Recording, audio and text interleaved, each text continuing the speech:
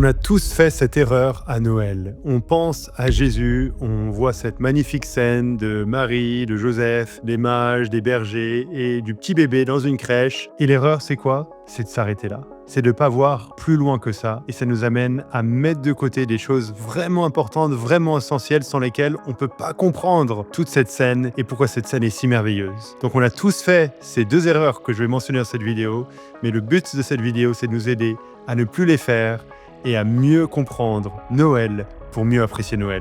C'est parti.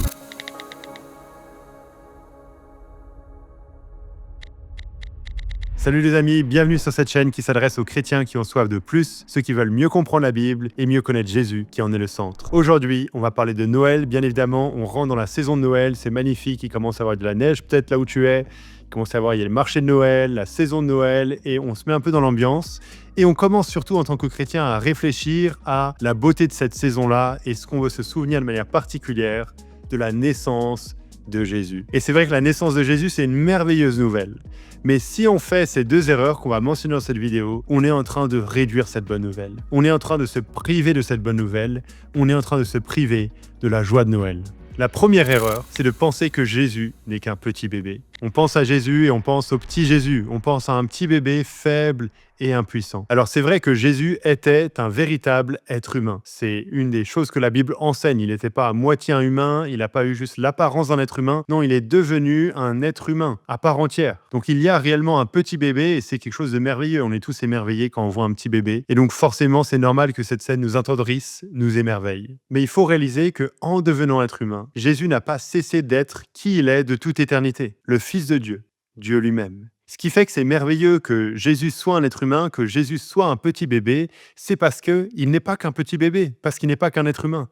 Il est aussi le Dieu tout-puissant, celui qui existe de toute éternité. Et dans ce premier Noël, dans cette scène où Jésus naît, il n'a pas mis de côté tout ce qui est vrai concernant sa personne de toute éternité. Récemment, j'ai été amené à méditer sur Colossiens 1, sur les versets 15 à 20, qui nous donne un portrait magnifique de Jésus, qui nous explique qui est Jésus. Et c'est vraiment les termes qui nous dépassent complètement, qui montrent que Jésus est Dieu à part entière, qu'il est au contrôle de toute chose, qu'il est le chef de toute la création. Et en fait, malheureusement, c'est souvent des choses qu'on met de côté quand on pense à Noël, quand on pense au petit bébé dans la crèche. On ne connecte pas les deux, mais il faut connecter les deux. Je vais lire quelques versets dans Colossiens 1 pour nous aider à comprendre l'enjeu que ça a. Regarde au verset 16 ce qu'il est dit par rapport à Jésus. « Car en lui, tout a été créé dans les cieux et sur la terre, ce qui est visible et ce qui est invisible, trône, souveraineté, principauté, pouvoir, tout a été créé par lui et pour lui. » Jésus est celui par qui tout a été créé. Tout ce qui existe dans le monde, tout ce qui a pris l'existence à un moment donné, tout ce qui n'existait pas et qui est venu à l'existence, l'a été grâce à Jésus. Voilà son importance. Et donc quand on voit ce petit bébé dans la crèche, on ne doit pas juste penser à un petit bébé faible et impuissant, un petit bébé parmi d'autres, mais il est en fait celui par qui tout a été créé. Il est celui même, il est dit ici au verset 16, pour qui tout a été créé. Tout a été créé pour Jésus, comme un chant de louange en son honneur. C'est merveilleux. Et ça va encore plus loin que ça. Au verset 17, il est avant toute chose et tout subsiste en lui.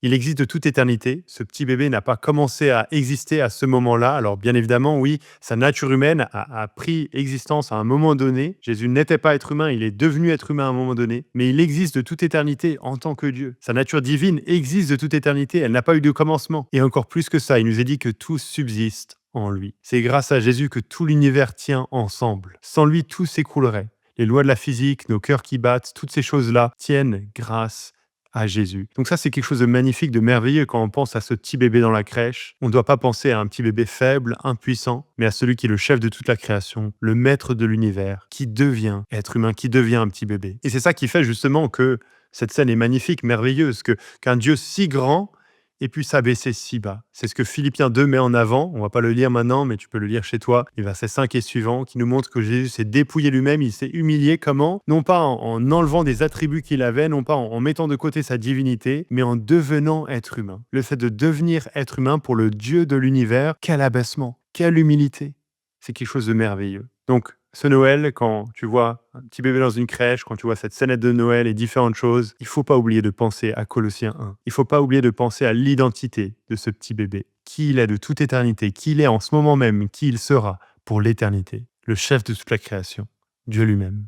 Donc ça, c'était la première erreur qu'on fait à Noël et par laquelle on se prive la joie de Noël. La deuxième erreur, c'est de penser que l'histoire de Noël s'arrête à la crèche. Pour comprendre le sens de la naissance de Jésus, il ne faut pas rester dans la crèche. Il faut passer de la crèche à la croix. Il faut aller de Bethléem, là où Jésus est né, à Jérusalem, là où Jésus est mort. Il faut passer du petit bébé qui est né au Messie qui souffre et donne sa vie pour son peuple.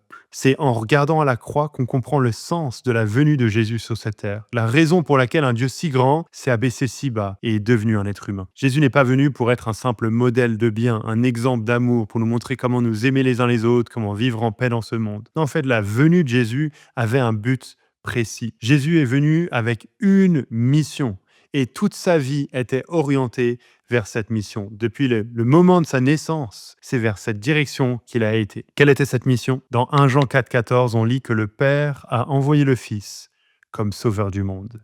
Jésus est venu pour sauver. Ou alors dans Matthieu 1, verset 21, quand l'ange annonce à l'avance la naissance de Jésus, voilà ce qu'il est dit. Elle enfantera un fils en parlant de Marie, et tu lui donneras le nom de Jésus, car c'est lui qui sauvera son peuple de ses péchés. Voilà pourquoi Jésus est venu, voilà sa mission sur cette terre, d'être le sauveur du monde, de sauver son peuple de ses péchés. Et Jésus n'a pas fait cela par sa naissance uniquement, mais il a sauvé ultimement par sa vie, sa mort et sa résurrection. Et tout cela nous mène à contempler la croix, l'aboutissement de la vie de Jésus sur cette terre. Jésus donne sa vie sur une croix et c'était pas une défaite, c'était pas un échec, c'était pas une belle histoire qui se termine mal, mais c'est précisément la raison pour laquelle il est venu, pour prendre sur lui la punition que nous on méritait, que notre péché mérite, notre rébellion envers Dieu, toutes les paroles, les pensées, les actions mauvaises que l'on a faites, dont on est conscient, qui ont été faites ultimement contre Dieu, notre Créateur. Tout ça entraîne une condamnation, un jugement, une colère juste de la part de Dieu. Et c'est pour prendre cela que Jésus